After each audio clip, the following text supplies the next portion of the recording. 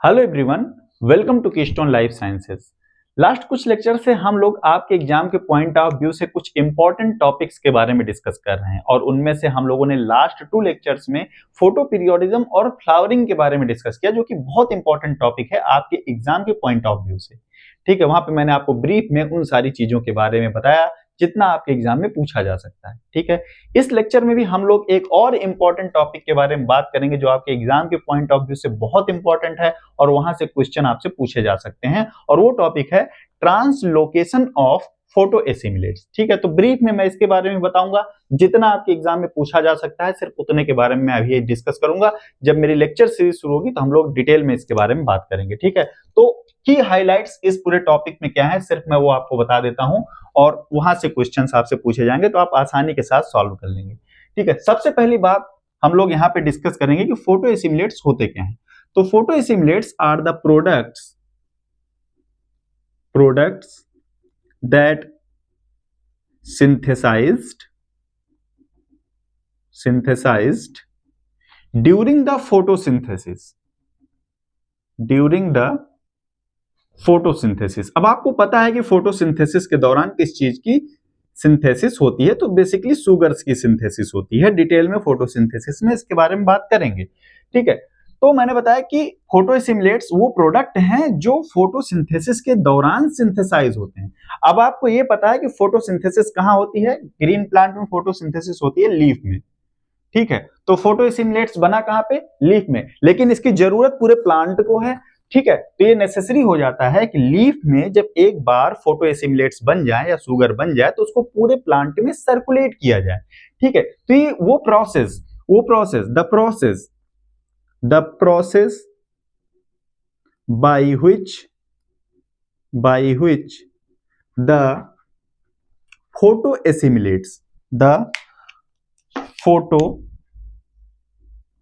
photo assimilates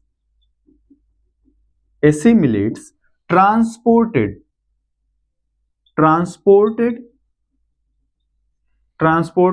from the site of synthesis जिसको हम लोग कहते हैं सोर्स। साइट ऑफ सिंथेसिस को हम क्या कहेंगे, source from the site of synthesis to the site of consumption, जिसको इस साइट को हम क्या बोलेंगे, sink. From the source to sink. ठीक है, from the source to sink is called as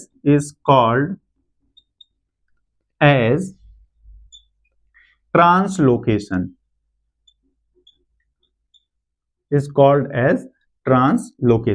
ठीक है, और इस पूरी प्रोसेस को फैसिलिटेट करता है फ्लोएम सिस्टम। ठीक है, ये पूरी की पूरी प्रोसेस किसके थ्रू फैसिलिटेट होती है, इसको कौन कैरी करता है, फ्लोएम सिस्टम से ये होता है। ठीक है, मतलब सोर्स और सिंक को कनेक्ट करने वाला पार्ट क्या होगा, फ्लोएम सिस्टम होगा। ठीक है, तो थोड़ी सी चर्चा फ्लोएम के बारे में कर लेते हैं। चले साहब, तो फ्लोएम सिस्टम के बारे में चर्चा कर लेते हैं। फ्लोएम कैसे बना होगा। ठीक है, phloem system are consist of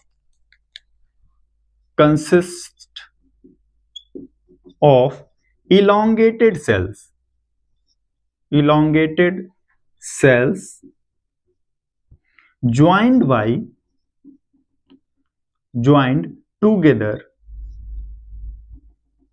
together by sieve plates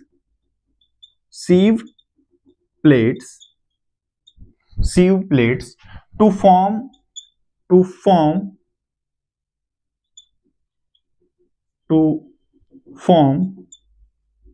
a longitudinal structure,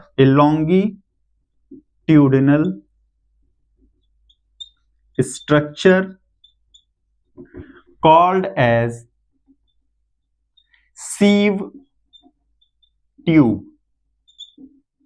ठीक है, अब सीव ट्यूब मैं आपको बना के दिखा देता हूं। मैंने आपको बताया कि फ्लोएम सिस्टम जो होता है वो इलोंगेटेड सेल से मिलकर के बना होता है। ठीक है, तो ये फ्लोएम सिस्टम होता है वो इलोंगेटेड सेल से मिलकर के बना होता है। ठीक है, तो ये एक इलोंगेटेड सेल है। ठीक है, ये दूसरी इलोंगेटेड सेल है और मैंने आपको बताया कि वो सारी सेल्स आपस में सीव प्लेट के थ्रू जुड़ी होंगी। ठीक है, तो ये जुड़ करके एक लॉन्गिट्यूडनल स्ट्रक्चर बनाती हैं जिसको हम लोग क्या बोलते हैं, सीव ट्यूब बोलते हैं। ठीक है, तो इस तरीके से ये जुड़ी होती हैं। ये इलोंगेटेड सेल्स हैं फ्लोएम सिस्टम की। ठीक है, ये फ्लोएम सिस्टम की इलोंगेटेड सेल है और ये आपस में जुड़ी कैसे हैं, ये आपस में जुड़ी हैं सीव प्लेट के थ्रू। तो ये वाला पोर्शन क्या हो गया, सीव प्लेट, सीव प्लेट। ठीक है, सीव प्लेट हो गया। ठीक, यहां पे जो इंडिविजुअल सेल है इसको कहा जाता है सीव एलिमेंट, सीव एलिमेंट। ठीक है, इंडिविजुअल सेल को क्या कहा जाता है, सीव एलिमेंट। और इस पूरे स्ट्रक्चर को, ये जो लॉन्गिट्यूडनल स्ट्रक्चर बना हुआ है जहां पे बहुत सारे सीव एलिमेंट आपस में जुड़े हुए हैं, इसको कहा जाता है सीव ट्यूब, सीव ट्यूब। ठीक है, और इसी सीव ट्यूब से होकर के क्या होता है, मास फ्लो होता है और जो न्यूट्रिएंट होते हैं वो ट्रेवल करते हैं। ठीक है, तो ये तो कहानी है किसकी, फ्लोएम की। ठीक है, मैंने आपको बताया कि यहाँ पे जो इंडिविजुअल सेल है वो एक सीव एलिमेंट कहा जाता है। ठीक है, सीव एलिमेंट के बारे में कुछ इंपॉर्टेंट थिंग्स हैं। पहली चीज तो है कि ये लिविंग सेल होती है। ठीक है, लिविंग सेल होती है। ठीक है, और इन सेल्स में कुछ चीजें एब्सेंट होती हैं, जैसे कि न्यूक्लियस एब्सेंट होता है, इसमें न्यूक्लियस नहीं होता, गाल्गी बॉडी नहीं होती, गाल्गी बॉडी नहीं होती है, और वैक्यूल्स नहीं होते हैं। ठीक है, गाल्गी बॉडी नहीं होती है और वैक्यूल्स नहीं होते हैं। ठीक है, तो 2 नंबर में आपसे पूछा जा सकता है कि सीव एलिमेंट में इनमें से कौन सा सेल ऑर्गेनेल नहीं पाया जाता है। ठीक है, और इसमें पाया जाता है माइटोकॉन्ड्रिया हो सकती है, इसमें माइटोकॉन्ड्रिया हो सकती है। ठीक है, और एंडोप्लाज्मिक रेटिकुलम होता है। ठीक है, कुछ एंडोप्लाज्मिक रेटिकुलम का पार्ट होता है, लेकिन न्यूक्लियस, गाल्गी बॉडी और वैक्यूल्स इनमें एब्सेंट होते हैं। ठीक है, ये खास बात होती है सीव ट्यूब, सीव एलिमेंट की। ठीक है, तो ये तो बात रही सीव एलिमेंट की। लोग बात कर रहे हैं ट्रांसलोकेशन ऑफ फोटोएसिमिलेट्स की। कैसे ट्रांसलोकेशन होगा, मैंने आपको बता दिया, फ्लोएम के थ्रू होगा। ठीक है, इतनी चीज आपके समझ में आ गई होगी। ठीक है, मैंने आपको बताया कि फोटोएसिमिलेट्स में बनती हैं सुगर्स। ठीक है, और उन सुगर्स का जो ट्रांसपोर्ट किया जाता है वो स्पेसिफिक फॉर्म की सुगर में किया जाता है। ठीक है, तो मोस्ट ऑफ द सुगर जो होती है, मोस्ट ऑफ द सुगर हम नहीं कहेंगे, कार्बन कहेंगे यहाँ पे। Most of the carbon transported in the plants as sucrose, sucrose के फॉर्म में ट्रांसलोकेशन होता है। मोस्ट ऑफ द केसेस में सुक्रोज के फॉर्म में ट्रांसलोकेशन होता है। ठीक है, किसके फॉर्म में, सुक्रोज के फॉर्म में। तो ये चीज आप याद रखिएगा। लेकिन कुछ यहाँ पे केसेस ऐसे भी हैं, in some cases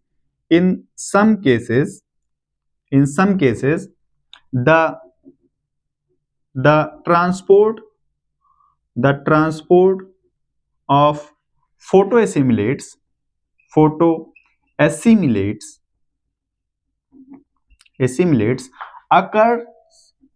occurs in the form of oligosaccharides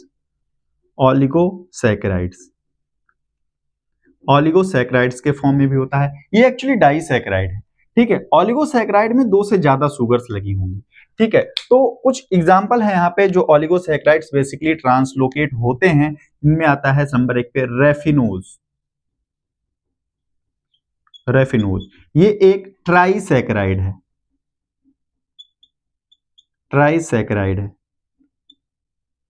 ठीक है, ये एक ट्राइसैकेराइड है। इसमें होता है एक सुक्रोज प्लस एक गैलेक्टोज। एक सुक्रोज होता है और एक गैलेक्टोज होता है। अब सुक्रोज डाइसैकेराइड है, मैंने कहा ट्राइसैकेराइड है ना ये, तो सुक्रोज डाइसैकेराइड है तो 2 सुगर हो गई और एक गैलेक्टोज लगा होता है यहां से। ठीक है, एक तो हो गया रेफिनोज, दूसरा है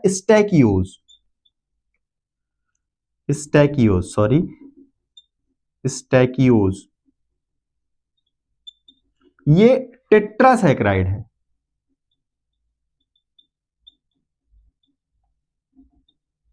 ये टेट्रासैकेराइड होता है। ठीक है, अब ये टेट्रासैकराइड है तो यहाँ पे क्या है, यहाँ पे एक सुक्रोज है और प्लस 2 गैलेक्टोज, ठीक है, स्टैकियोज। इसके अलावा होता है, एक होता है बर्बेस्कोज,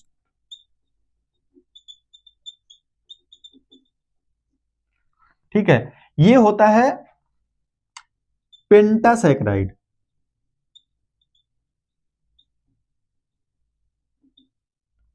ठीक है। इसमें क्या होता है, इसमें सुक्रोज होता है प्लस 3 गैलेक्टोज होते हैं, ठीक है। तो ये कुछ और इनएक्टिव शुगर्स हैं जिनके फॉर्म में फोटो एसिमिलेट्स का ट्रांसलोकेशन हो सकता है, ठीक है। मोस्ट ऑफ द केसेस में सुक्रोज के फॉर्म में होता है, लेकिन कहीं कहीं पे इनके फॉर्म में होता है। और इसके अलावा एक और भी है, शुगर एल्कोहल, शुगर एल्कोहल जिसको हम लोग सॉर्बिटॉल भी बोलते हैं, सॉर्बिटॉल, ठीक है। तो सॉर्बिटॉल के फॉर्म में भी क्या हो सकता है, ट्रांसलोकेशन हो सकता है। तो ये मेजर फॉर्म्स हैं शुगर्स के जिनका translocation from the source to sink तक होता है, ठीक है। तो ये तो कहानी रही कि किस फॉर्म में शुगर ट्रांसपोर्ट किए जाएंगे, ठीक है। अब बात करते हैं कि ट्रांसलोकेशन होगा कैसे, ठीक है। थोड़ी सी प्रोसेस की बात कर लेते हैं, ठीक है। तो प्रोसेस की बात जो हम करेंगे, तो मैंने आपको बताया कि from the site of synthesis to the site of utilization, ठीक है, ट्रांसपोर्ट होगा। तो फोटो एसिमिलेट्स के सिंथेसिस की साइट आपको पता होगी क्या होती है, मैंने आपको बताया कि ऑर्गन होता है, प्लांट के ऑर्गन की अगर हम लोग बात करें जहां पे फोटोसिंथेसिस हो रही है तो होती है लीफ, ठीक है। लीफ में हो रहा होता है फोटोसिंथेसिस, ध्यान से सुनिएगा। और लीफ में स्पेसिफिक सेल्स होती हैं जिनको कहा जाता है मीजोफिल सेल्स, मीजोफिल सेल्स, ठीक है। मीजोफिल सेल्स में बनते हैं क्या, फोटो एसिमिलेट्स। यहां पे क्या बनेंगे, फोटो एसिमिलेट्स, ठीक है। अब ये फोटो एसिमिलेट्स बने हैं मीजोफिल सेल में, और इनको मीजोफिल सेल से कहां पे जाना है, इनको जाना है फ्लोएम में, फ्लोएम में जाना है, और फिर फ्लोएम के थ्रू ये अदर पार्ट्स में जाएंगे, ठीक है। तो ये पूरी कहानी है। अब यहाँ पे मीजोफिल सेल से ये फ्लोएम तक कैसे पहुंचेंगे, थोड़ा सा उसकी कहानी मैं आपको बना के दिखाता हूं, ठीक है। अब यहाँ पे ये पूरी कहानी मैं आपको बना के दिखाता हूं, ठीक है। तो सपोज दैट कि ये है मीजोफिल सेल्स, ये है मीजोफिल सेल्स, ये है मीजोफिल सेल्स, मीजोफिल सेल्स, ठीक है। ये मीजोफिल सेल्स हैं। मीजोफिल सेल्स के जस्ट नीचे होती है बंडल शीथ सेल्स, और bundle sheath sales mesophyll cells से प्लाज्मोडेस्मेटा के थ्रू जुड़ी होती हैं। किसके थ्रू, प्लाज्मोडेस्मेटा,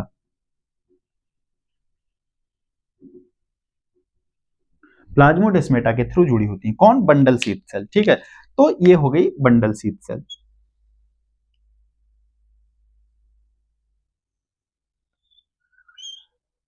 ठीक है। ये क्या है, बंडल शीथ सेल,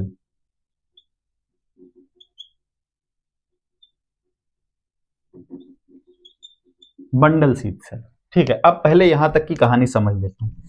मैंने आपको बताया कि फोटो एसिमिलेट बना यहां पे, ठीक है। यहां क्या बना, यहां पे बना है फोटो एसिमिलेट, फोटो एसिमिलेट, जो भी शुगर थी वो अभी यहाँ पे बनी, ठीक है। अभी मैं जनरल बात कर रहा हूँ, फोटो एसिमिलेट यहाँ पे बन गया, ठीक है। जैसे यहाँ पे सिंथेसाइज हुआ, ये सबसे पहले प्लाज्मोडेस्मेटा के थ्रू ट्रेवल करता हुआ कहाँ आ जाएगा, बंडल शीथ सेल में आ जाएगा, ठीक है। कहाँ आ जाएगा, ये आ जाएगा बंडल शीथ सेल में, ठीक है। अब बंडल शीथ सेल से इसकी लोडिंग की जाएगी कहां पे, इसकी लोडिंग की जाती है फ्लोएम में, ठीक है। तो फ्लोएम में क्या होता है, मैंने आपको फ्लोएम अभी अभी बना के दिखाया था, मैं फिर से बनाता हूं, ठीक है। ये फ्लोएम है, ठीक है, ये है फ्लोएम,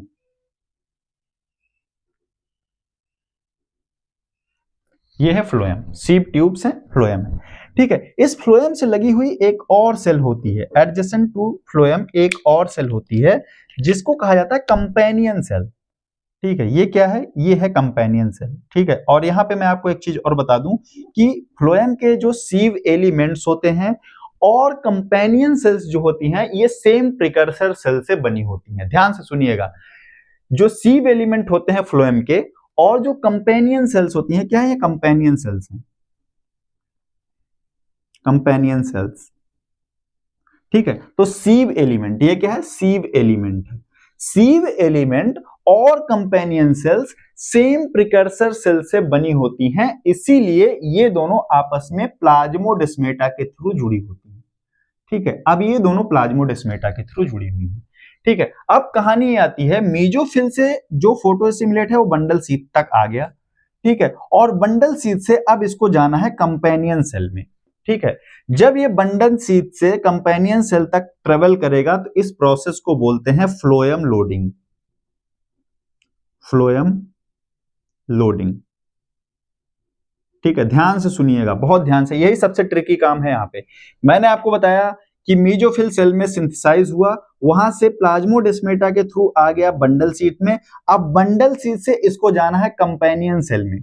ठीक है, और जब ये बंडल सीट में से कंपेनियन सेल में जाएगा और कंपेनियन सेल में पहुंचने के बाद सीधे कहां पहुंच जाएगा, प्लाज्मोडेस्माटा के थ्रू फ्लोएम में पहुंच जाएगा। ठीक है, तो जब बंडल सीट से फोटोएसिमिलेट्स कंपेनियन सेल में जा रहा होता है तो इस प्रोसेस को कहा जाता है फ्लोएम लोडिंग। ठीक है, इस प्रोसेस को क्या बोलते हैं, फ्लोएम लोडिंग। ठीक है, अब यहां पे इंपॉर्टेंट चीज आती है, जो फ्लोएम लोडिंग होती है, फ्लोएम लोडिंग की जो प्रोसेस होती है, फ्लोएम लोडिंग की जो प्रोसेस होती है वो दो तरीके की हो सकती है। ठीक है, एक को कहा जाता है symplastic, symplastic phloem loading, phloem loading, और दूसरे को कहा जाता है apoplastic phloem loading, apoplastic phloem loading. ठीक है, सिम्प्लास्टिक फ्लोएम लोडिंग हो सकती है और एपोप्लास्टिक फ्लोएम लोडिंग हो सकती है, तो दो तरीके की फ्लोएम लोडिंग यहां पे पॉसिबल है। ठीक है, तो सबसे पहले हम लोग बात करते हैं सिम्प्लास्टिक फ्लोएम लोडिंग में क्या होता है। ठीक है, तो उससे पहले मैं आपको बताऊंगा कि सिम्प्लास्ट क्या होता है। ठीक है, सिम्प्लास्ट में होता यह है कि दो सेल्स होती हैं, मान लीजिए दो प्लांट की सेल्स हैं। ठीक है, सिम्प्लास्ट में क्या होता है, दो प्लांट की सेल्स हैं और ये आपस में प्लाज्मोडेस्माटा के थ्रू जुड़ी हुई हैं। ठीक है, ये आपस में प्लाज्मोडेस्माटा के थ्रू जुड़ी हुई हैं, ये यहां से यहां जा सकता है और यहाँ का कंटेंट यहां से यहां आ सकता है by the living system, diffusion, आप कुछ भी कह लीजिए। उस जब सेल्स डायरेक्ट कनेक्टेड हैं, दोनों से एक दूसरे से कनेक्ट हो रही हैं, तो इस कंडीशन में इसको क्या कहा जाता है, this is the symplast, symplast. ठीक है, तो ये सिम्प्लास्ट है।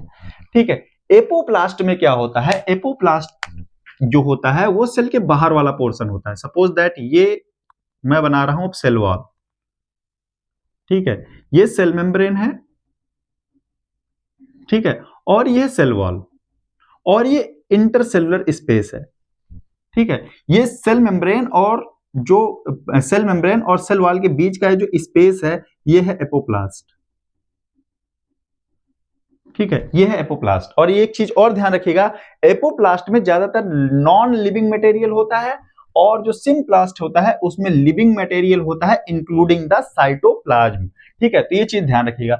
तो सिम्प्लास्ट और एपोप्लास्ट के बारे में आप समझ गए। सिम्प्लास्ट में डायरेक्ट कनेक्शन होता है, कम्युनिकेशन होता है बाय द प्लाज्मोडेस्माटा, और एपोप्लास्ट वो स्पेस होता है, नॉन लिविंग स्पेस होता है between the cell wall and cell membrane, इन दोनों के बीच का ये नॉन लिविंग स्पेस होता है। ठीक है, तो दो तरह की फ्लोएम लोडिंग यहाँ पे पॉसिबल है, एक तो सिम्प्लास्टिक फ्लोएम लोडिंग और दूसरी एपोप्लास्टिक फ्लोएम लोडिंग। ठीक है, तो सबसे पहले बात करते हैं सिम्प्लास्टिक फ्लोएम लोडिंग की। ठीक है, तो सिम्प्लास्टिक फ्लोएम लोडिंग में क्या होगा, सिम्प्लास्टिक फ्लोएम लोडिंग में ये जो बंडल शीथ सेल्स हैं, थोड़ा सा मैं अब इसको आगे बनाता हूं ताकि आपको समझने में इजी हो। ठीक है, तो फ्लोएम लोडिंग की प्रोसेस में आपको दिखाता हूं। सबसे पहले सिम्प्लास्टिक फ्लोएम लोडिंग की बात करेंगे। ठीक है, तो ये है बंडल शीथ सेल। ठीक, ये बंडल शीथ सेल है। और सिम्प्लास्टिक फ्लोएम लोडिंग में क्या होगा, जो कंपेनियन सेल्स होंगी, ठीक है, कंपेनियन सेल को मैं थोड़ा दूसरे कलर से बनाता हूं, जो कंपेनियन सेल्स होती हैं वो डायरेक्टली जुड़ी होंगी किसके साथ में, बंडल शीथ सेल के साथ में। ये क्या है, ये कंपेनियन सेल है, ये कंपेनियन सेल्स हैं। ठीक है, ये कंपेनियन सेल्स हैं और ये डायरेक्टली जुड़ी हुई हैं किसके, ये प्लाज्मोडेस्माटा है। ठीक है, प्लाज्मोडेस्माटा के थ्रू ये डायरेक्टली जुड़ी हुई। तो अब अगर ये प्लाज्मोडेस्माटा के थ्रू जुड़ी हुई हैं तो सिम्प्लास्टिक फ्लोएम लोडिंग में क्या होगा, ये फोटो एसिमिलेट डायरेक्टली कहां पे आ जाएगा, कंपेनियन सेल में आ जाएगा। ठीक है, अभी कहां गया, कंपेनियन सेल में आ गया। और मैंने आपको बताया कंपेनियन सेल्स जो होती हैं और सीव एलिमेंट जो होते हैं वो सेम प्रिकर्सर सेल से मिलकर के बने होते हैं। ठीक है, वो सेम प्रिकर्सर सेल से अगर मिलकर के बने होते हैं तो ये भी किसके साथ में जुड़े हुए हैं, प्लाज्मोडेस्माटा। ठीक है, तो और अब यहाँ पे नीचे क्या है, यहाँ पे नीचे है, यहाँ पे नीचे क्या है, यहाँ पे नीचे हैं सीव एलिमेंट्स जो कि सीव ट्यूब बना रहे हैं। ठीक है, ये सीव एलिमेंट हैं जो कि सीव ट्यूब्स बना रहे हैं। तो प्लाज्मोडेस्माटा क्या करेगा, प्लाज्मोडेस्माटा इसको कर देगा कनेक्ट। ठीक है, तो अब ये मामला कहां पहुंच गया, ये आ गया हमारा फोटोसिमुलेट कहां पे, सीव ट्यूब में।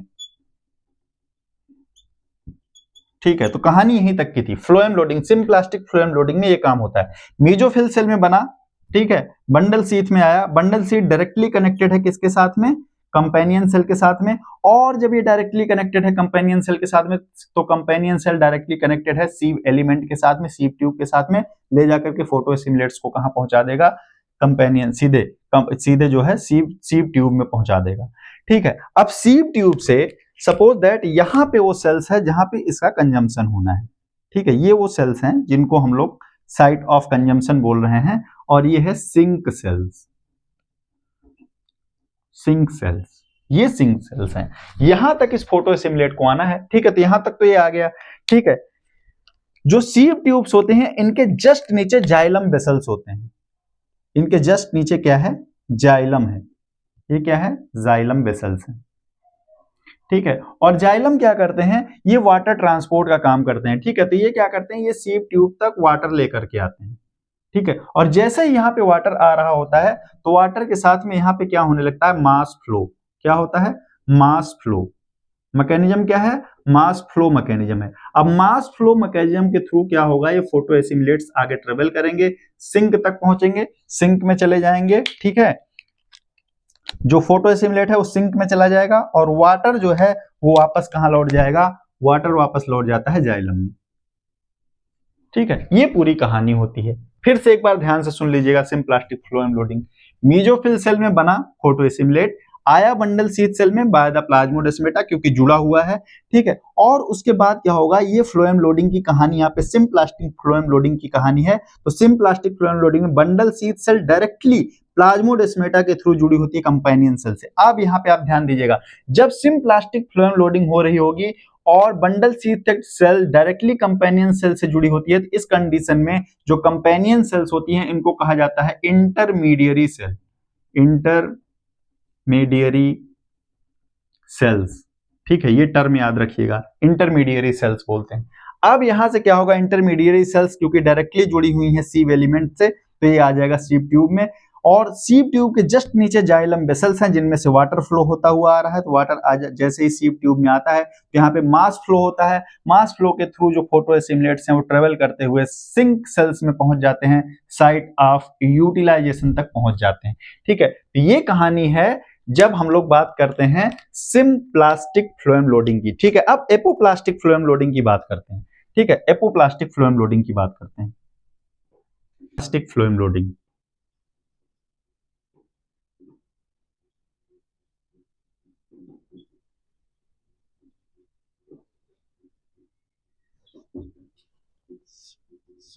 Apoplastic phloem loading. ठीक है, एपोप्लास्टिक फ्लोएम लोडिंग में क्या होता है, मैंने आपको बताया, फिर से वहीं से शुरू करेंगे। ये है मेसोफिल सेल,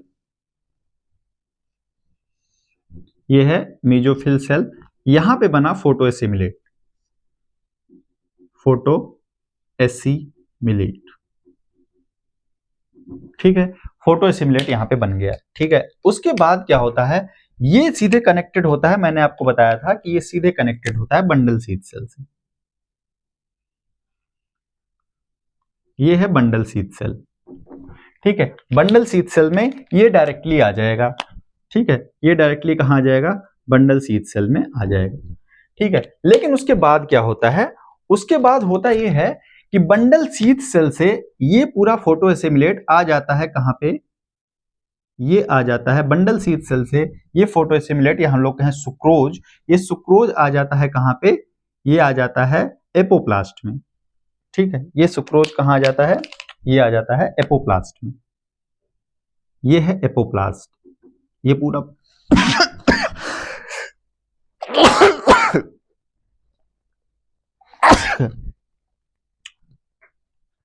ये पूरा पोर्शन है एपोप्लास्ट का। ठीक है, ये आ गया एपोप्लास्ट में। ठीक, अब एपोप्लास्ट से इसको कहां जाना है, कंपेनियन सेल में जाना है। ये है सुक्रोज।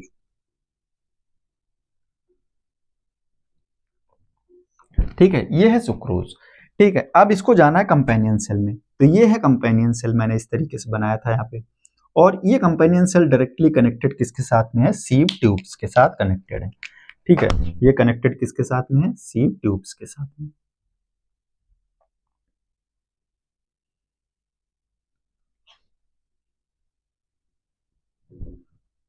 ठीक है, ये है सीव ट्यूब्स। ठीक है, ये है कंपेनियन सेल। ठीक है, अब ये जो एपोप्लास्ट में आ गया है सुक्रोज, इसको जाना है कंपेनियन सेल में। तो यहाँ पे क्या होता है, यहाँ पे सेकेंडरी एक्टिव ट्रांसपोर्टर्स होते हैं। कौन होता है, यहाँ पे होता है secondary active transporter, secondary active transport होता है यहाँ पे। ठीक है, और मैंने आपको बताया था, जब मैं आपको ट्रांसपोर्टर पढ़ा रहा था, तो मैंने आपको बताया था कि जो प्लांट होते हैं उसमें प्रोटॉन पंप्स पाए जाते हैं, प्रोटॉन पंप्स पाए जाते हैं। ठीक है, तो मैक्सिमम सेकेंडरी एक्टिव ट्रांसपोर्ट जो होता है वो प्रोटॉन सिम्पोर्टर या फिर प्रोटॉन एंटीपोर्टर के थ्रू होता है। ठीक है, तो यहाँ पे बेसिकली एक प्रोटॉन सिम्पोर्टर पाया जाता है। ठीक है, तो ये क्या करेगा, ये सुक्रोज को ले जाएगा अंदर और साथ ही साथ प्रोटॉन को अंदर ले जाएगा। ठीक है, तो ये सिम्पोर्ट कैसे होगा, यहाँ पे बेसिकली होता है जब हम लोग एपोप्लास्टिक फ्लोएम लोडिंग की बात करते हैं, तो यहाँ पे क्या होता है, एपोप्लास्टिक फ्लोएम लोडिंग में, एपोप्लास्टिक फ्लोएम लोडिंग में क्या होता है, ठीक है, यहाँ पे क्या होता है, यहाँ पे सिम्पोर्ट होता है, symport of sucrose and proton, proton via sucrose proton, sucrose proton, proton symporter, symporter to the companion cell, companion cells. ठीक है, तो यहां पे क्या होता है, बेसिकली सेकेंडरी एक्टिव ट्रांसपोर्ट होता है, प्रोटॉन सुक्रोज सिम्पोर्टर्स हैं जो कि कंपेनियन सेल्स तक क्या लेकर के, सुक्रोज को लेकर के जाएंगे। ठीक है, तो ये कहानी यहाँ पे होती है। जब यहाँ पे सुक्रोज आ गया तो ये आसानी के साथ प्लाज्मोडेस्माटा से चला आएगा। यहाँ पे जाइलम वेसल्स हैं। ठीक है, ये क्या है, जाइलम है। सिमिलर अब कहानी हो जाएगी, ये सिंक सेल्स हैं, ये क्या है, ये सिंक है। ठीक है, अब क्या होगा, जैसे ही यहाँ पे आ गया, वाटर यहाँ से जाएगा, H2O वाटर यहाँ से जाएगा, इसको मास फ्लो, क्या होगा, मास फ्लो होगा, मास फ्लो के थ्रू इसको लेकर के जाएगा, यहाँ पे फोटो एसिमुलेट को रिलीज करेगा और वाटर वापस कहाँ चला जाएगा, जाइलम वेसल में चला जाएगा। ठीक है, तो ये पूरी कहानी यहाँ की हो गई। अब जब एपोप्लास्टिक फ्लोएम लोडिंग हो रही होगी, ध्यान से सुनिएगा, जब एपोप्लास्टिक फ्लोएम लोडिंग हो रही होगी तो वहां पे कंपेनियन सेल को कहा जाता है ट्रांसफर सेल, ट्रांसफर सेल। ठीक है, वहां पे कंपेनियन सेल को कहा जाता है ट्रांसफर सेल। एक बात, ठीक है, यहां पे मैंने बताया एपोप्लास्ट में आ गया है सुक्रोज और उसको सेकेंडरी एक्टिव ट्रांसपोर्ट के थ्रू कहां पे, कंपेनियन सेल में भेजा गया। एक्टिव ट्रांसपोर्ट जब भी होगा, मैंने आपको बताया था कि एनर्जी इनपुट देना पड़ेगा। ठीक है, तो यहाँ पे energy input secondary active transport के थ्रू आ रहा है।